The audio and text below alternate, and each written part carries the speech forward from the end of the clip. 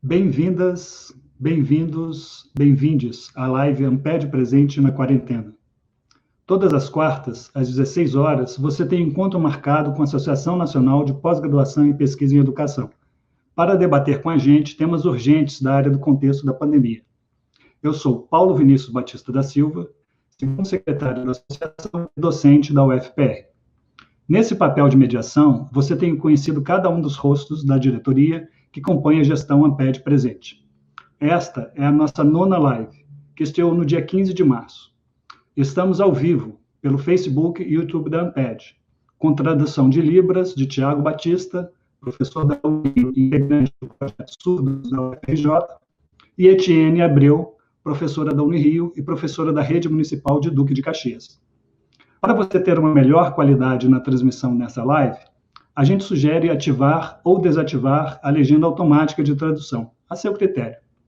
Já pedimos desculpas adiantadas também caso tenhamos algum problema de sinal, algo que você sabe que pode ocorrer pela sobrecarga de uso da banda larga nesses tempos de quarentena. E nos ajude a chegar a mais gente, compartilhando a live e o link em suas redes. E antes de chamar nossos convidados, alguns informes importantes. Primeiro, lamentamos profundamente o falecimento ontem do professor Jesus Alvarenga, secretário-geral da Amped em diferentes gestões. No portal da associação, reunimos homenagens e depoimentos de colegas, amigos e funcionários que mostram como Jesus marcou nossa entidade como exemplo de amizade, competência e defesa da educação. Eu tive a felicidade de conviver na gestão da Amped com Jesus e gostaria de dar o meu testemunho da perda que nós tivemos de um professor que tinha uma alegria, uma motivação contagiante sempre que ele estava na gestão da Amped. O segundo informe diz respeito às submissões para as reuniões regionais da Amped de 2020, que estão abertas e algumas já com novidades sobre o formato híbrido entre online e presencial. As submissões de trabalhos para a Amped Sul seguem até o dia 22 de junho. Façam suas inscrições, contribuam para a nossa associação. Para tal, é necessário estar quite com a anuidade da Associação Nacional. Os anais de trabalhos serão publicados ainda esse ano. A continuidade dos encontros científicos é de extrema importância para a nossa área e pesquisadores. Para isso, estão sendo pensados com toda a segurança e em formatos inovadores. Todas essas informações estão no portal da Amped. O Grupo de Trabalho Educação e Relações Étnico-Raciais da Amped, GT21, fez um manifesto sobre os casos recentes de racismo e os protestos que ocorreram nos Estados Unidos e aqui no Brasil. O GT21 vem a público manifestar profunda indignação e repúdio frente aos recentes acontecimentos que escancaram o racismo estrutural, responsáveis por moldar a sociedade brasileira e todas as sociedades forjadas pela colonização. De diversas maneiras, a população negra, em diferentes partes do mundo, vem sendo expoliada diante do não reconhecimento da sua humanidade. O GT21 se solidariza com as perdas das vidas negras ceifadas pelo racismo e se mantém engajado politicamente na ação de não permitir que essas vidas sejam esquecidas. Eu li aqui o trecho inicial e o trecho final desse manifesto, também está na nossa página, e a diretoria da Amped, eu tenho certeza que a nossa associação assina junto com o GT21 o manifesto e repudia todas as formas de racismo e reafirmamos a nossa luta pela igualdade racial. Bom, chamamos nossa convidada e nosso convidado da live de hoje, que terá como tema Educação e Relações Étnico-Raciais no contexto da pandemia. A professora Eugênia Portela é coordenadora do GT21 da Amped sobre educação, relações étnico-raciais. Ela é doutora em educação pela UFSCar e integra o corpo docente da pós-graduação em educação da Universidade Federal de Grande Dourados e da Universidade Federal de Mato Grosso do Sul. Bem-vinda, Eugênia, é um prazer, uma honra tê-la como convidada na nossa live. O professor José Eustáquio de Brito é doutor em educação, professor da Faculdade de Educação da Universidade do Estado de Minas Gerais. Integra um núcleo de estudos e pesquisas sobre educação e relações étnico-raciais da UENG, membro da Associação Brasileira de Pesquisadores Negros. Ocupou o cargo de vice-reitor da UENG na gestão 2014 e 2018. Muitíssimo bem-vindos. Eustáquio, Eugênia, é uma alegria, uma honra contar com vocês para essa live, embora com um tema que é um tema tão duro, tão árido, né, que a gente tem que tratar nesse período de pandemia e nesse período também em que as agruras do racismo batem à nossa porta, mesmo a gente trancado em casa, com as diversas mídias e com as notícias que, infelizmente, incessantemente nos acolhem a cada dia das diversas violências a que a população negra da diáspora é submetida. Vou lançar uma primeira pergunta a vocês sobre os impactos da pandemia da Covid-19 na educação da população negra do Brasil. Que pontos seriam importantes abordar para a pesquisa em educação? E eu passo inicialmente a palavra para a Eugênia Portela. Tá. Quero agradecer o convite, Paulo, parabenizar a Amped por essas atividades que estão sendo tratados temas relacionados às pesquisas, né, dos GTs, e de extrema importância nesse momento. A gente está conseguindo, por meio dessas lives e dos seus temas, dos seus pesquisadores e pesquisadoras que têm participado, trazer um debate. Estava falando contigo, inclusive, algumas lives servindo no momento ou depois como aulas para algumas disciplinas, que vai ser o caso dessa nossa live para a disciplina de Educação para as Relações Étnico-Raciais, que eu ministro na UFMS. Veja, a Amped e nós, professores, educadores de todos os níveis, modalidades, e não estamos furtando o nosso papel nesse momento difícil em que enfrentamos não só a pandemia, mas também nós enfrentamos todo esse momento de ataque às instituições democráticas, de ataque à pesquisa, de ataque à intelectualidade brasileira, às universidades, à cultura e à saúde. Claro que quando você coloca para nós, nesse momento, as implicações para a população negra, nós fizemos um apanhado de situações, mas depois, conversando ontem ainda, cada uma no seu tempo e atividades com a vice-coordenadora e Ana Cruz, da UFSCar, Lucimara, o FPR, Débora e Silvani, que fazem parte do comitê científico, eu decidi, junto com o que eu tinha preparado, trazer alguns questionamentos que refletem, de certa forma, a realidade que todas nós estamos atravessando na nossa realidade educacional. Várias pesquisas e produções nos inspiram, e nós teríamos no nosso GT muitas leituras para indicarmos, mas eu selecionei duas que eu acho que, no momento, consegue dar conta das implicações para a educação da população negra no Brasil e esse momento do racismo que está sendo vivenciado no Brasil e no mundo. A discussão sobre racismo, porque racismo no Brasil, nós, historicamente, movimento negro, intelectuais, pesquisadores, temos denunciado, né, o racismo estrutural, o racismo institucional. Eu peço, nesse momento, para o João colocar para a gente o livro Movimento Negro Educador, Saberes Construídos nas Lutas por Emancipação. Então, nós, do GT21, temos a honra, o privilégio de pesquisarmos ao lado de uma renomada pesquisadora e militante, que é Nilma Lino Gomes, e todos e todas sabem da importância e do referencial que Nilma é para todas nós. E na introdução desse seu livro, ela faz alguns questionamentos que são pertinentes, sempre foram pertinentes e continuam sendo mais pertinentes nesse momento. Quando ela pergunta o que a pedagogia e as práticas pedagógicas teriam a aprender com o movimento negro, entendido como ator político e educador, assim como o campo das humanidades e das ciências sociais, o que os cursos de professores e professoras sabem e discutem sobre esse movimento social e as suas demandas da educação, o que os currículos têm a aprender com os processos educativos construídos pelo movimento negro ao longo da sua história, a pós-graduação dialoga com esses aprendizados e tem integrado em seu grupo docente e discente sujeitos negros e negras, que ou foram reeducados por esse movimento social, e finaliza perguntando que sabedorias ancestrais o movimento negro nos ensina, como ele nos reeduca. Então, eu considerei pertinente trazer esse trecho e indicar a leitura do livro Movimento Negro Educador, de Nilma Lino Gomes, que nos sintoniza, nos situa novamente com esse movimento que historicamente nos fortaleceu e nos formou.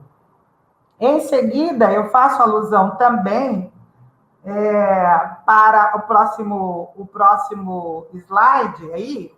Isso, eu faço alusão a esse dossiê temático, Relações Étnico-Raciais e Currículo, Formação de Professores, que foi organizado por mim e pela professora Rosana Monteiro da UFSCar, que também é pesquisadora do nosso GT, e nós fizemos, quando nós pensamos esse dossiê o ano passado em Niterói, as nossas questões estavam presentes, porque nós sempre estamos trazendo o debate que as desigualdades raciais atingem a população negra, assim como o currículo, assim como a formação de professores,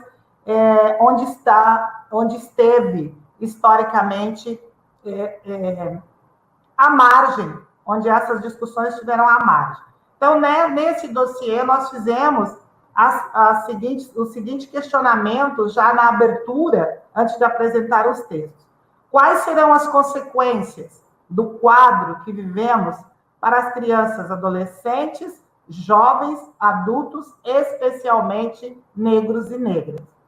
Onde e com quem estão as crianças e adolescentes que dependem da escola como espaço não apenas de aprendizagem, mas de suprimento de suas necessidades básicas, como alimentação? E claro que quando a gente faz essa leitura, fazendo a pergunta, onde estão as crianças? Na sequência, infelizmente, nós vivenciamos o caso do Miguel, né? E não preciso repetir, porque também sempre nos causa dor, mas onde está a criança negra que foi acompanhar a mãe que teve que ser levada ao trabalho? Na educação superior pública e privada, esse momento em que o isolamento social impõe uma modalidade de ensino remoto. Na educação superior pública e privada, qual a situação dos estudantes cotistas ou bolsistas, pobres, negros e negras? E nós, mais uma vez, reforçamos que não imaginaríamos o quanto esse dossiê chegaria nesse momento que a gente publicaria no mês de maio, vivenciando essa situação, que continua sendo preocupante por todas as questões, seja pela contaminação, alto índice de contaminação, seja por tudo que professores, pais, estudantes estão enfrentando para dar conta da continuidade do período letivo. Nesse dossiê, claro, não vou citar todos e vocês terão oportunidade de ler, mas eu separei uns trechos aqui do texto Opção Decolonial e Antirracismo na Educação em Tempos Neofascistas, porque o Luiz Fernandes de Oliveira faz uma discussão muito apropriada, objetiva, mostrando qual é o desafio, né? Qual é o desafio que nós temos nesse período histórico sobre educação para as relações étnico-raciais, e aí a pergunta que o Paulo faz, os desafios e quais as propostas nossas para pesquisa, futura pesquisa, e ele faz uma separação muito interessante quando ele diz aí dos dois períodos históricos, de duas gerações de educadores que nós temos, né? Uma que foi socializada em ambientes educacionais em que as legislações antirracistas não existiam, e outra em que entrou no sistema de ensino.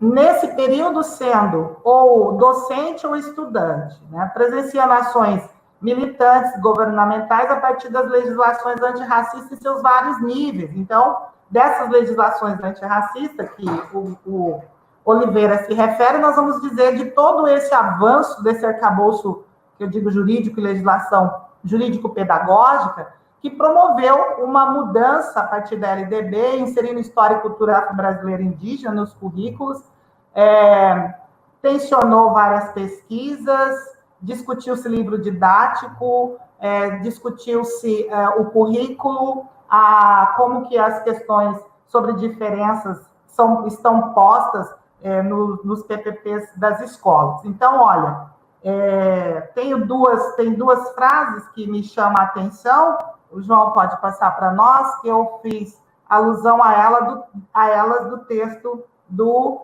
Oliveira. Nosso foco político, numa perspectiva antirracista, deve girar para as crianças mais vulneráveis e negras. Há que se investir nossas energias pedagógicas na defesa intransigente dos direitos delas. Há que se combater toda forma de violência, racismo e exclusões contra as crianças. Porque ele vai trazendo uma discussão do antirracismo na escola, o antirracismo na universidade, o antirracismo no currículo. Então, veja, o que nós estamos debatendo aqui hoje é que todos esses avanços para o campo da educação das relações étnico-raciais, na pesquisa, nas políticas afirmativas, nas cotas para os concursos públicos, nas cotas para a graduação, da pós-graduação, nos concursos federais, são resultantes de luta desse movimento, né? Então, nós nos sentimos parte desse movimento que, historicamente, denunciou o racismo, que, historicamente, denunciou abusos, denunciou abusos institucionais, fruto do racismo institucional que está engendrado na nossa história, e cada vez mais dizer que, para a população negra, o Estado brasileiro, seja por ação ou por omissão, torna essa população vulnerável, e o que nós temos denunciado não é vitimismo, infelizmente, como alguns quiseram apontar. Bom, o que eu verifico também, não tem como nós não falarmos desse enfrentamento, Paulo, porque todas as nossas conquistas estão sendo ameaçadas. Então, atualmente, não é surpresa, né? Algumas pessoas achavam que poderia ter sido diferente, mas o que está acontecendo é que, simplesmente, o presidente tem todo dia, você acorda, faz oração e vai ver qual que é a próxima perversidade.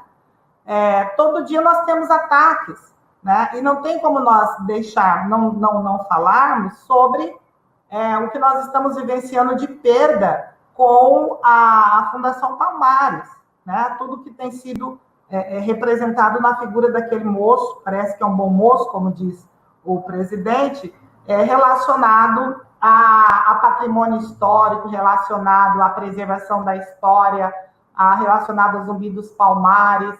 Então, o que a gente percebe é que a adoção desse modelo remoto também pode, de ensino, também pode, que já é frágil relacionado à aprendizagem, é frágil pela exclusão, é frágil porque nós sabemos que os alunos que estão desistindo das matrículas, que estão trancando as disciplinas, que estão desmatriculando de algumas disciplinas nas universidades que mantiveram o ensino à distância, a gente pode verificar que certamente serão negros e negras alunos das periferias, filhos dos trabalhadores. Então, o que nos preocupa? Nos preocupa que esse racismo que hoje é apresentado e causa perplexidade na morte do George Floyd, e que depois acaba, no fim, vindo para a discussão em relação à violência no Brasil, o que a gente percebe é que esse racismo estrutural, a violência contra a população negra, nós estamos denunciando há muito tempo nas nossas pesquisas, nos dados do mapa da violência. Década de 90, Rasenbach já trazia essas discussões, né? E já mostrava essa desigualdade. Então, de maneira ainda mais branda, mas por muito tempo imperceptível, essa forma de racismo estrutural, ela tende a ser mais perigosa ainda, justamente por ela ser de difícil percepção. E claro que nós temos que também, nesse momento, trazer toda a denúncia possível e ações que forem possíveis de fazer relacionada a não só a morte pela Covid da população negra, mas também da população indígena e quilombolas, que está aumentando, e também que os indígenas, quilombolas, os alunos da educação do campo, também nesse momento são prejudicados, e você não vê, eu não sei as instituições que vão aderir ao ensino remoto, de que forma que vão perceber como é que vai tratar, como que vai ser tratada a questão da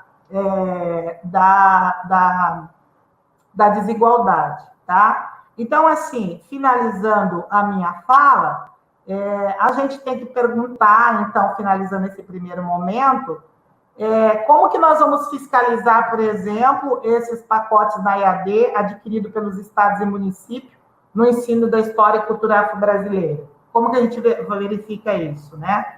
E aí tem já denúncia de alguns estados que tem um texto da AMPU, salvo engano, que já tem texto do Olavo de Carvalho adotado como trazendo um conceito sobre história, né? Então, assim, é um momento em que os desafios são muitos que se apresentam para as universidades nesse processo de institucionalização da educação para as relações étnico-raciais, né? E nós assistindo ainda um desmonte total da educação, e esse momento da pandemia podendo favorecer ainda mais para essas arbitrariedades. Eu aguardo e dou continuidade, então, na sequência do debate. Obrigada, Paulo. Eu que agradeço. Então, José Eustáquio Brito, a palavra é sua.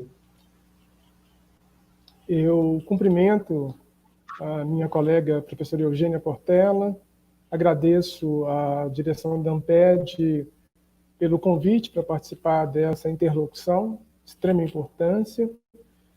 Cumprimento meu colega e grande amigo Paulo Vinícius, também parte da direção da Amped, gostaria de agradecer pelo convite. E também cumprimento as pessoas que estão nos acompanhando, né, em várias partes aí do Brasil e do mundo, quem sabe. E também cumprimentando as pessoas que estão trabalhando para viabilizar esse debate, né? E, evidentemente, o tema, a oportunidade de debater esse tema é muito grande nesse momento, em que nos deparamos com cenas e com o cotidiano de violência cometida contra a população negra de uma maneira muito intensiva, né? Não só fora do nosso país, como foi o caso nos Estados Unidos, recentemente, como também no nosso país, que faz parte do nosso cotidiano de vida, não só nas periferias, mas também nos centros urbanos, no campo e na cidade.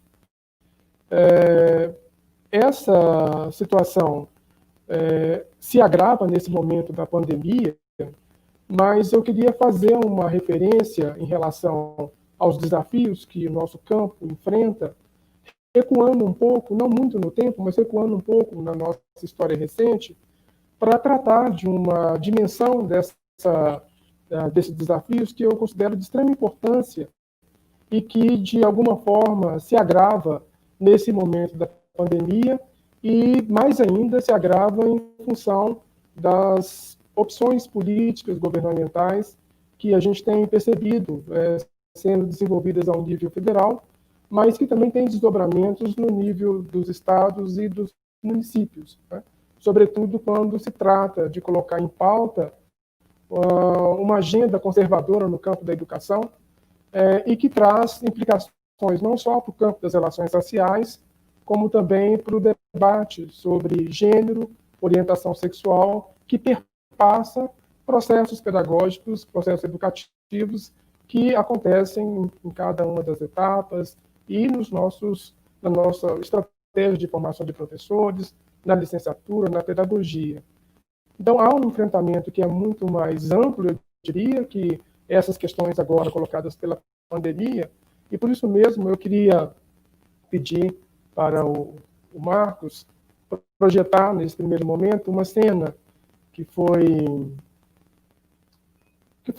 colocada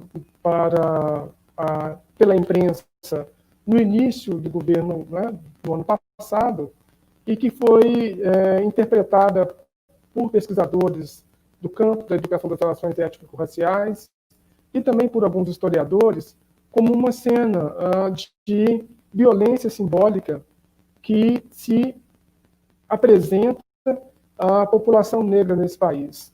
Por que violência simbólica? Essa foto ela ilustra, né, a intenção do ministro da Educação, do primeiro-ministro da Educação do novo governo, fazendo uma alusão a uma plataforma de trabalho que seria implementada no Ministério da Educação e que ele chamou, né, de faxina ideológica, né? E se a gente se aproxima um pouco mais dessa imagem, sobretudo dessa coluna de livros colocado do lado esquerdo, do lado direito do ministro, a sequência da imagem, por gentileza, a gente vai perceber que esses livros colocados, né, à direita do ministro são os livros da coleção História Geral da África, que foram traduzidos para o português e lançados em uma série de seminários regionais ocorridos no país no ano de 2011, com patrocínio da Unesco e de outras instituições. E o que a gente percebe, né, é que, ao tratar a história da África como lixo, né, porque a palavra faxina, né, ela chama atenção para aquilo que é objeto, né, dessa ação, significa dizer que não apenas, né, há uma intenção conservadora de tratar uma pauta da educação, como também há uma violência simbólica fortemente colocada a partir desse gesto, que faz com que toda uma conquista histórica do movimento negro brasileiro, lutas que remontam ao início do século passado, com várias iniciativas sendo tomadas para que a identidade negra, para que a construção histórica dessa raiz da formação do povo brasileiro não fosse distorcida e nem esquecida, parece que todo esse conjunto de referências de luta do movimento negro, que a professora Nilma Lino Gomes destaca como movimento negro educador, parece que tudo isso não faz sentido para a ação e para a política governamental no campo da educação. Então, eu diria, né, que um dos primeiros desafios que ocorrem, né, eu diria pré-pandemia, para o campo da educação das relações étnico-raciais, já significaria enfrentar essa violência simbólica que se coloca enquanto política de governo, né? Considerar a história da África, considerar a história da diáspora africana como algo, né, passível de uma faxina, né, significa dizer que há uma luta no campo do sentido e do significado dessa história que precisa ser resgatada, que precisa ser aprofundada e precisa ser colocada em pauta, não só nos processos de formação da educação básica, mas no processo de formação de toda a sociedade, na formação de professores, enfim. É uma pauta que extrapola o campo da educação, mas que faz com que a gente perceba um campo de embate muito significativo que se coloca a partir dessa visão de que há algo a se tirar da nossa pauta de formação, que é exatamente a história da população negra, a história dos africanos e da diáspora africana. Então, eu diria que antes da pandemia se instalar, a pandemia da Covid se instalar, a gente já tem, na verdade, um campo de enfrentamento de uma violência simbólica muito perversa, né, e que faz com que a gente reflita um pouco mais sobre não apenas a nossa pauta de pesquisa no campo das relações raciais, como também nos nossos embates cotidianos para denunciar não só a violência física, mas também a violência simbólica que se coloca no enfrentamento diário no campo das políticas públicas e, nesse caso específico, no campo das políticas educacionais. Né? Nós percebemos, né, que com essa posição de governo, né, somada às questões que vêm hoje sendo colocada a público a partir da expansão da pandemia para as periferias, para as regiões interioranas, para as regiões quilombolas, para os territórios indígenas, significa dizer que, nesse contexto, aquilo que já era colocado como uma demanda de extrema necessidade de enfrentamento de um quadro de desigualdade estrutural, isso se apresenta hoje com muito mais gravidade, porque tem aí uma estrutura já montada, tem um quadro já instalado, que faz com que a população negra, a população indígena, a população do campo, a população quilombola, a população periférica, seja alvo de uma letalidade, não só do vírus, como também das políticas públicas que não deram conta, que não dão conta de enfrentar o quadro de desigualdade que a gente tem hoje no país. Então, os desafios para a educação das relações étnico-raciais no contexto da pandemia traz à tona desafios históricos, né, que nós estamos vendo hoje sendo colocados na agenda política e na agenda também da política de pesquisa no campo da educação, na qual a gente não pode renunciar, e a gente precisa, de alguma forma, construir estratégias para enfrentar, não só no campo da denúncia, mas também enfrentar no campo das proposições e na disputa política para que cessemos a violência simbólica e também a violência contra as populações tratadas dessa forma como lixo ideológico. Eu passo a palavra para o nosso coordenador. Obrigado, Eustáquio. Vamos iniciar um diálogo também com o público. Agradeço às pessoas que estão postando os comentários. A Maria do Carmo Galeazzi apresenta uma dúvida aqui com relação ao trabalho com história e cultura afro-brasileira, que tem uma relação com esse embate no campo do currículo que você estava comentando, Eustáquio. Aí eu passo a pergunta para vocês dois. Ela diz que fica na dúvida se deve abordar as atrocidades feitas nos 400 anos de escravidão e sua naturalização, ou um enfoque que seria trabalhar a importância dos negros no Brasil, acrescentaria no contemporâneo e na história do Brasil.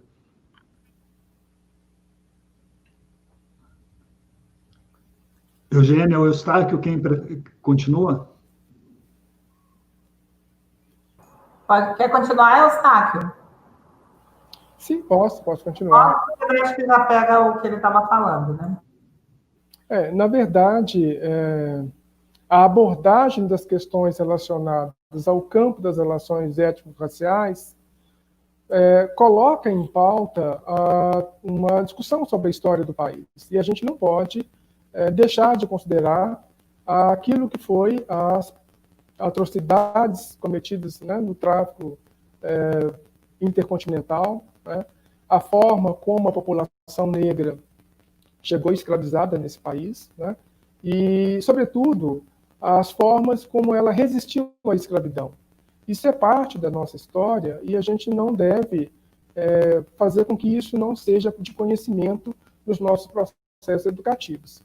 O que eu penso que talvez seja muito interessante conjugar com essa abordagem dos fatos históricos é também destacar nessas abordagens a importância que tem as lutas que foram, que tiveram espaço no Brasil, de norte a sul, e não só no Brasil, mas nas Américas, né, de resistência a esse sistema escravocrata.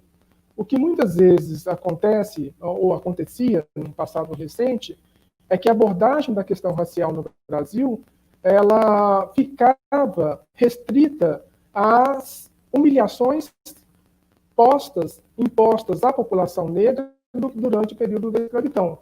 Então, a população negra, nesse período, era tratada como subalterna e incapaz de resistir a esse sistema. Essa forma de tratamento, né, da população negra enquanto passiva diante dessa situação é que eu penso que deve ser questionada, porque em todos os momentos da nossa história nós tivemos luta de resistência, não só no passado, como também no presente, a resistência a esses sistemas de opressão.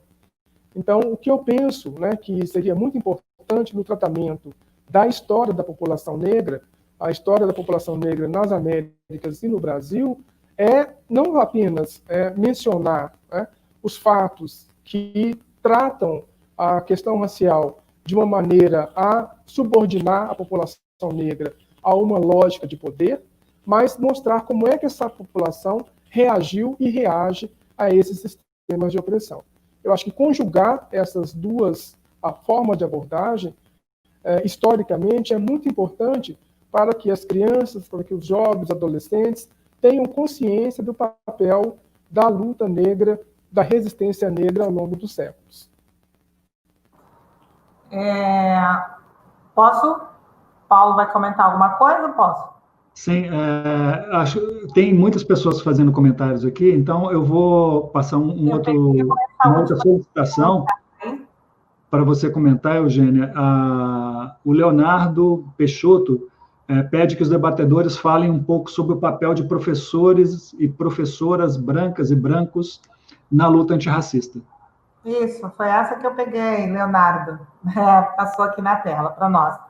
Então, penso que esse é o momento, complementando a pertinente fala do Eustáquio, que já aborda aí de que forma que deve ser retratada a história do povo negro no Brasil. Primeiro, e aí eu acho que já responde um pouco ao que a pergunta feita do Leonardo, é essa compreensão de que a população negra ela compõe a sociedade brasileira com as outras, os outros povos, as outras raças.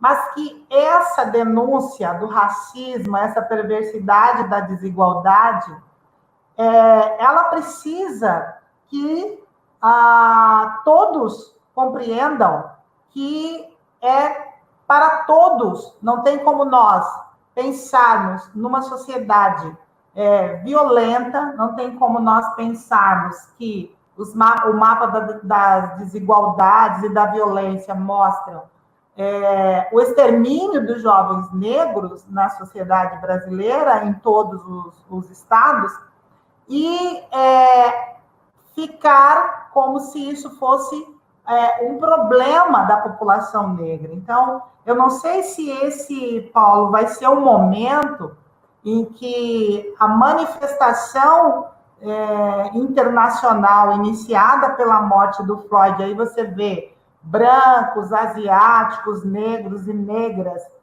gritando: eu não consigo respirar, parem de matar, vidas negras importam, parem de matar a população negra.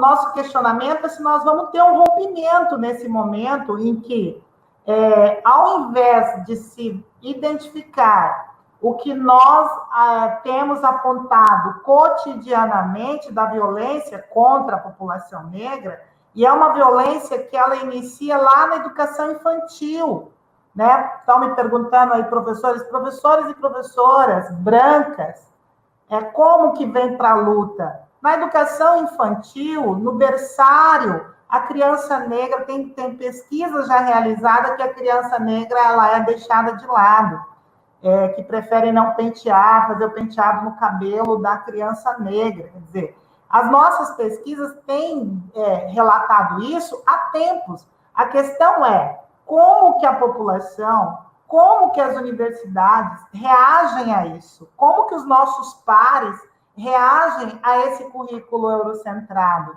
Né? Eu acho que essa é uma pergunta que nós temos que fazer para todos nós, inclusive para quem está fazendo questionamento super pertinente.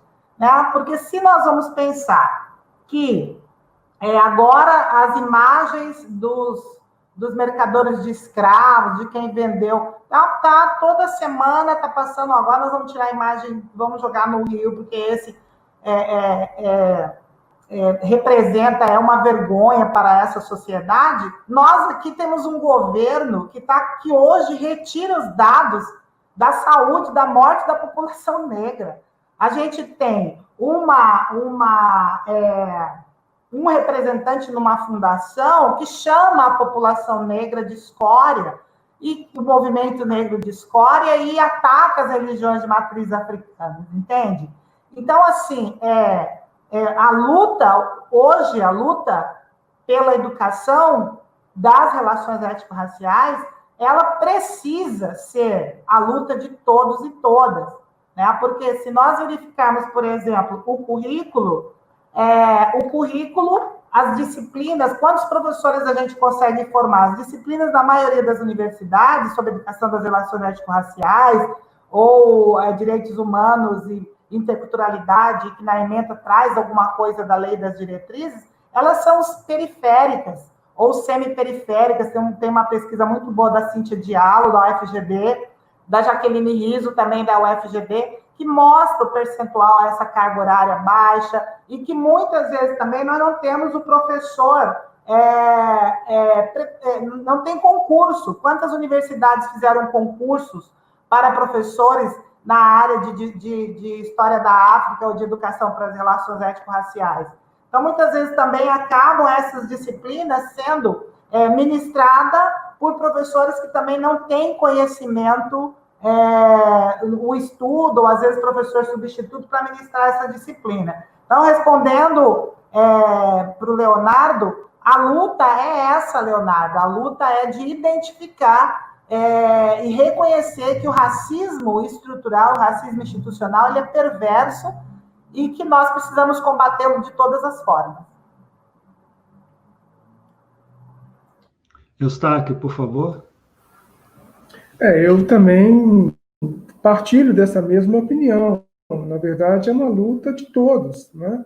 Se a gente está empenhado numa construção de uma sociedade justa e democrática e com a repartição equilibrada dos seus resultados, né, econômicos, essa luta não é só da população negra, né? Deixou de ser há muito tempo, né? É uma luta de quem se coloca diante do desafio de construir junto com a sociedade democrática. Então, se no primeiro momento, né, quando essa pauta das relações sociais e educação veio à tona pelo movimento negro, né, havia todo um engajamento como luta militante do movimento negro, que ainda permanece, ela hoje não se limita, ela não está centrada apenas nas ações do movimento negro, dos educadores negros. Ela está se colocando hoje para o conjunto da sociedade. E esse me parece ser um grande desafio do nosso país nesse momento, né? Como eu tinha falado anteriormente, a pandemia escancara a desigualdade, né? E a desigualdade ela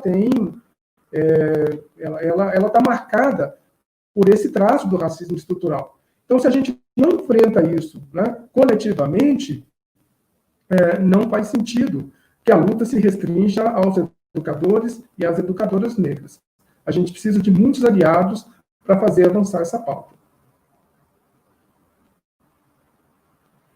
Obrigado. Estão chegando várias perguntas aqui.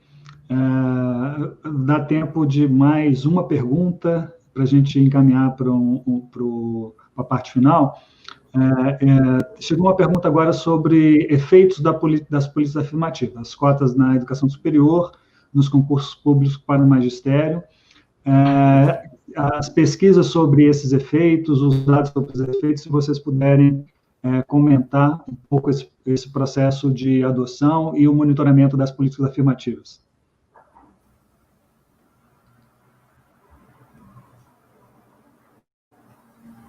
Posso falar um pouquinho? Tá. Acho que vai trocar intérprete lá. Não estava esperando. Bom, nesse período, então, vocês verificam que, por mais que nós, GT21, por mais que tenham pesquisadores que pesquisam categorias ou objetos específicos, então, educação superior, currículo, infância, educação básica, mulheres negras, a gente vê que essa preocupação pelos professores que acompanham as políticas afirmativas e que concordam com as políticas afirmativas na universidade, nós verificamos que os avanços, e agora o CONEAB vai fazer, o consórcio de NEAB está fazendo um seminário de acompanhamento, e o GT21 também, agora em agosto, nós vamos fazer um web seminário, um panorama da avaliação das políticas. Nós identificamos avanços significativos, sim, principalmente quando no tocante a acesso de negros e negras a cursos que antes não seriam inclusos. No caso, por exemplo, de cursos de medicina, nutrição, direito ou engenharia, dependendo do estado, da região. E também a gente identifica nos concursos públicos, aí eu passo depois eu vou passar aqui para o Paulo e ele pode depois disponibilizar uma tese que foi da UFGD também, já fazendo o levantamento dos editais e de que forma que essas vagas são disponibilizadas. Claro que o grande desafio tem sido coibir as fraudes, ou não dá para falar tudo em fraude, mas a questão de validar ou não as autodeclarações, e também a manipulação de editais, quando não se garante o percentual permitido em lei, no caso de concurso público, no total de vagas, e aí se faz de forma fragmentada, impedindo, assim, é uma forma ilegal, mas muitas vezes passa a questão de garantir as vagas dos 20% no concurso público.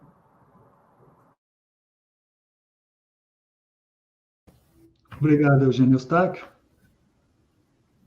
É importante destacar, né, que o conjunto das políticas de ações afirmativas vai além da política de cotas. A política de cotas, na verdade, é um dos aspectos, é uma das dimensões das políticas de ações afirmativas.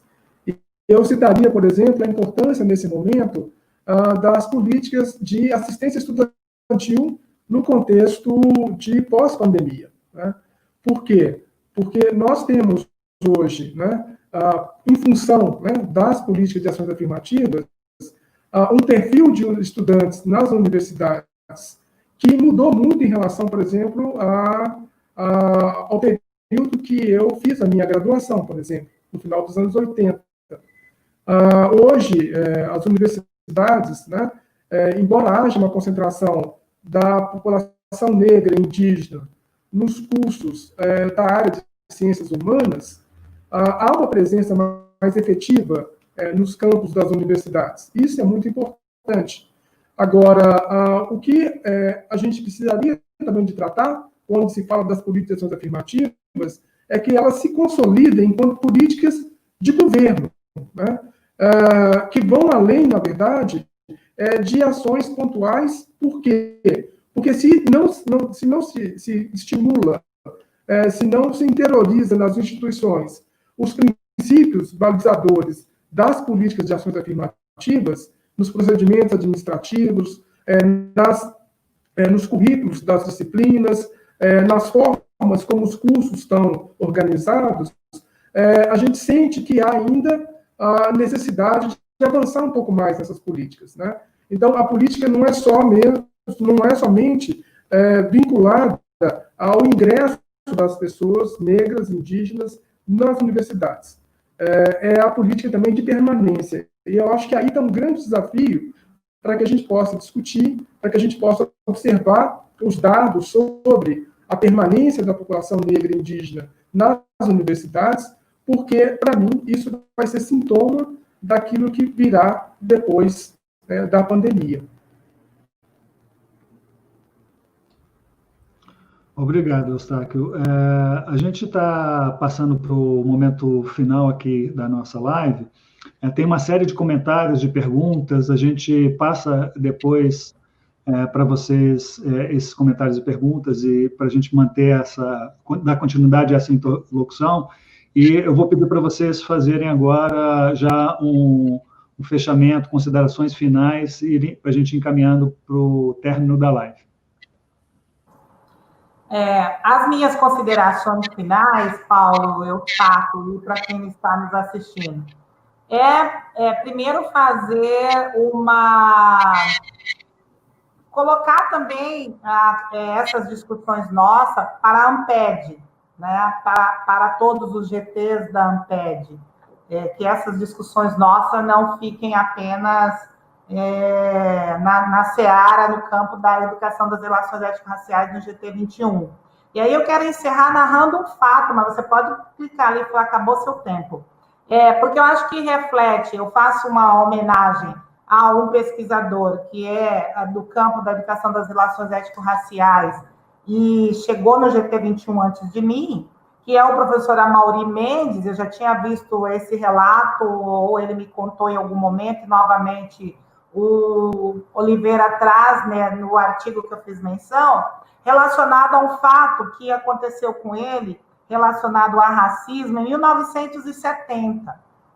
Um amigo dele se apresentou numa escola particular para uma vaga de professor de educação física e foi informado que teria outra vaga. Então, ele comunicou ao professor Amaury.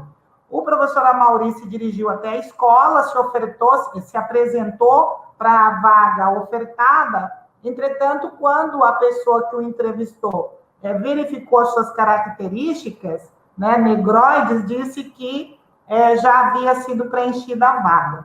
Bom, passou alguns dias, ele retorna ao amigo e pergunta por que você não foi contratado, né? O amigo pergunta para ele, o amigo branco.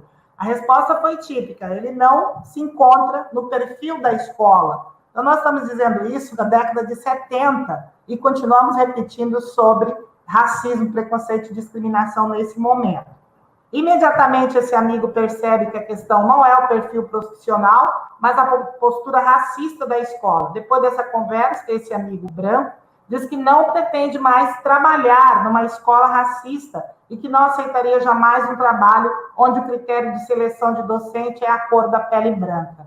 Então, acho que responde um pouco desse nosso momento de luta, essa história do Amaury, que, na verdade, foi uma resposta a uma aluna numa palestra, que o problema racial no Brasil, e aí responde acho que o Leonardo também, não é só uma coisa só de negro, né? Um problema de negros. E que brancos antirracistas precisam ser fortes e aliados junto à população negra. Então, a gente pergunta junto com a Amaury, quantos estão dispostos a fazer isso? Quando fazem isso, precisam desconfiar dos brancos porque são brancos? Essa pequena história nos diz que a luta racial deveria significar uma luta de toda a sociedade brasileira. Para a gente fortalecer a democracia, nós vamos precisar de discutir a desigualdade racial nesse país. Muito obrigada, um grande abraço para vocês. Obrigado, Eugênio. Eustáquio, por favor. Eu estou muito impactado nesse momento acompanhando os dados sobre a evolução da pandemia no nosso país, né? E, nesse momento, eu me pergunto, né, quem é que vai retornar para as escolas depois que houver a suspensão, né, dessas medidas que contêm as atividades presenciais, né? O que a gente já sabe de antemão, que, infelizmente, Ágata, João Pedro, Miguel, não retornarão, né? E me pergunto também sobre a forma como os professores da educação básica vão estar, né, nesse momento de retorno, as famílias, né, dos nossos estudantes, as famílias dos nossos professores que vêm das classes populares, como é que elas estarão nesse momento de retorno, né?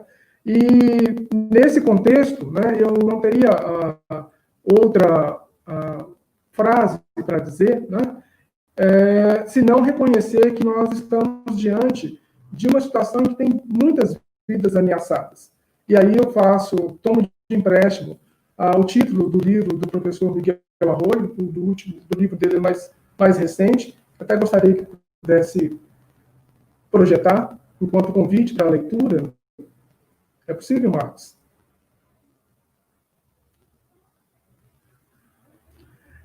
Esse último livro foi publicado antes da pandemia, mas ele traz questionamentos que são fundamentais para que a gente possa entender o alcance das questões colocadas hoje pela pandemia. E eu vou ler essa frase, esse conjunto de frases aqui, para encerrar a minha participação nesse debate. Em que tempos estamos? De reconhecimento e fortalecimento político de um Estado de direitos ou de destruição dos avanços, de regressão, criminalização dos coletivos sociais em luta por direitos? Questões que acompanham estas análises na tentativa de entender as possibilidades e limites de reconhecer as escolas públicas, universidades, espaços de direitos. Entender as possibilidades e limites de afirmar nossas identidades docentes e educadoras e de afirmar, fortalecer os educandos populares em suas resistências por direito. Eu acho que esse é o grande desafio colocado nesse contexto da pandemia, quando a gente pensa o campo das relações étnico-raciais. E, com isso, eu gostaria, então, né, de dedicar essa minha participação nessa live para Ágata, para João Pedro, para Miguel, para os seus familiares e também para os seus professores e suas professoras. Eu acho que eles simbolizam muito bem os desafios hoje colocados para o campo da educação das relações étnico-raciais. Tem o último slide lá, acho que o João pode deixar no fundo depois da minha parte.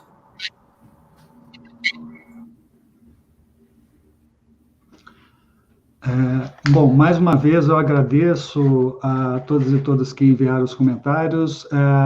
Queria agradecer que tem várias pessoas que estão se identificando de todas as regiões do Brasil, de vários programas de pós-graduação, de diversos GTs, algumas pessoas se identificando. Eu vou encaminhar agora para o final, com duas leituras que têm uma relação direta com a marca que a Eugênia coloca nesse slide que está agora na tela, e com o que o Eustáquio falou a respeito dessa homenagem a essas crianças que são vítimas dessa violência nesse nosso Brasil de hoje. E reafirmar, né, que essas agruras nos acompanham durante toda a história brasileira, trazer um pouco aqui de dois poetas do Sul.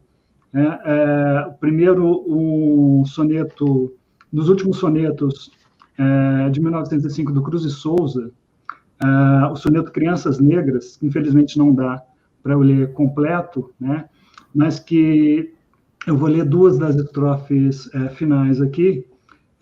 Afirmou o Cruz e Souza num poema publicado em 1905.